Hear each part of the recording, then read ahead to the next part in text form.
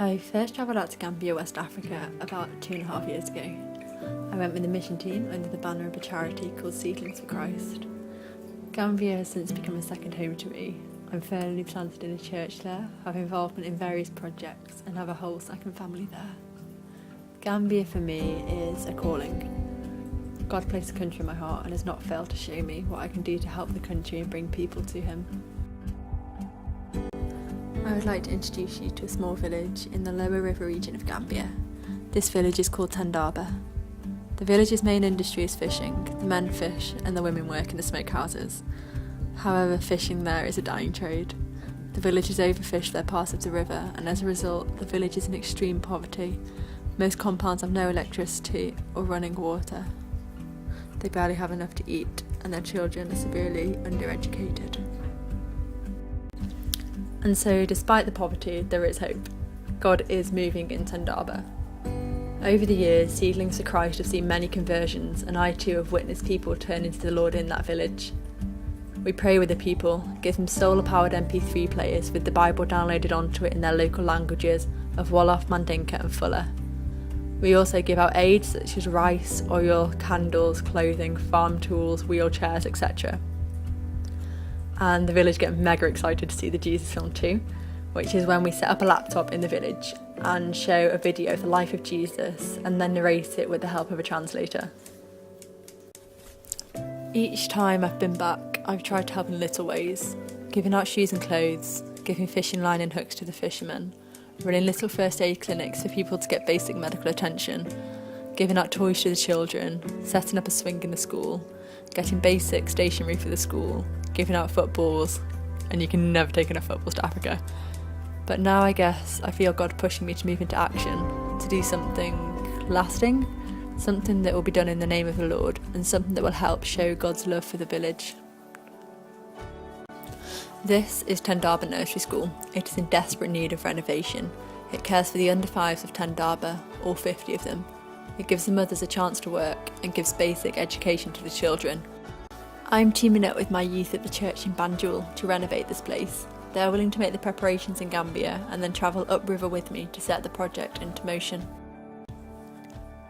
We want to renovate the interior of the school by painting the walls, tiling the floor, getting tables made, and by putting up educational aids such as posters and number charts.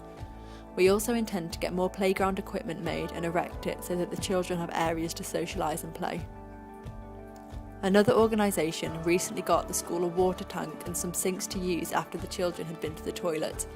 However, they then left without ever putting in a system to get the running water to the taps.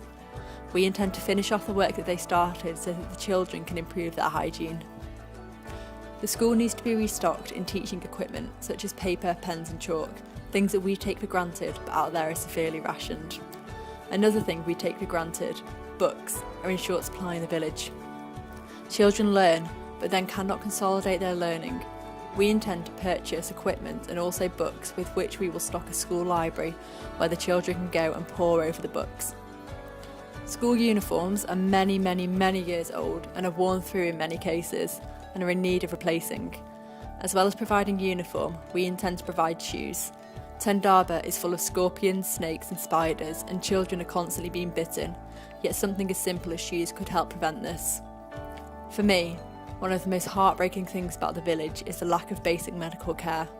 The nearest clinic is a 5-kilometre walk away.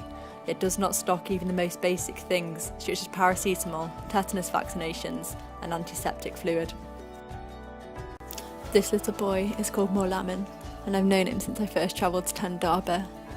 Molamin accidentally stuck his hand in a boiling pot of groundnut soup and burnt all the skin off his hand. His family took him to the clinic, but the clinic told him that there was nothing they could do.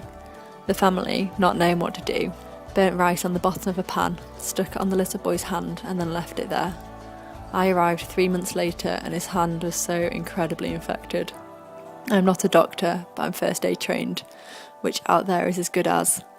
I've had so many children come into me with wounds that could so easily have been done with had basic first aid been given to them months earlier. I left my first aid kit out there and instructed the school teachers on how to use it. I'd like to take more first aid stuff out with me this time, in the hope that the teachers over there can deal with more and more basic medical issues.